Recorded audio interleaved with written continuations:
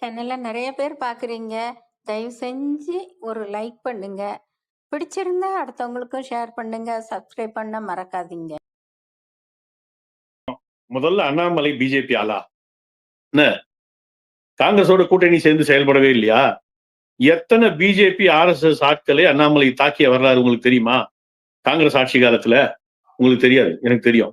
அவர்கள் இழுத்து போட்டு அடித்த காலம்லாம் எனக்கு தெரியும். நபர்கள் பேர் என்னால சொல்ல முடியும். சிக்மங்களூர்லயோ உடுப்பிலையோ. கல்யாணராமன் ஒருத்தர் யூடியூப் சேனல்ல பேட்டி கொடுக்கறதெல்லாம் பார்த்துருப்பீங்க. ஏதோ குற்றத்திற்க ஜெயிலுக்கெல்லாம் போயிட்டு வந்த ஆளு தான் இவரு.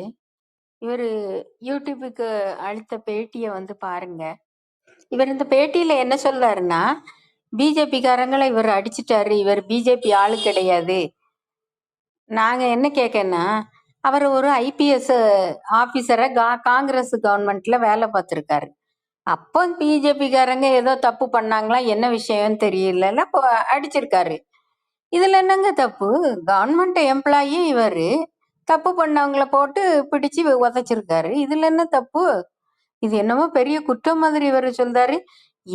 இவர் சொல்றதுல இருந்தே தெரியுது அண்ணாமலை வந்து எவ்வளவு ஒரு நேர்மையா இருந்திருக்காருன்னு புரியுது.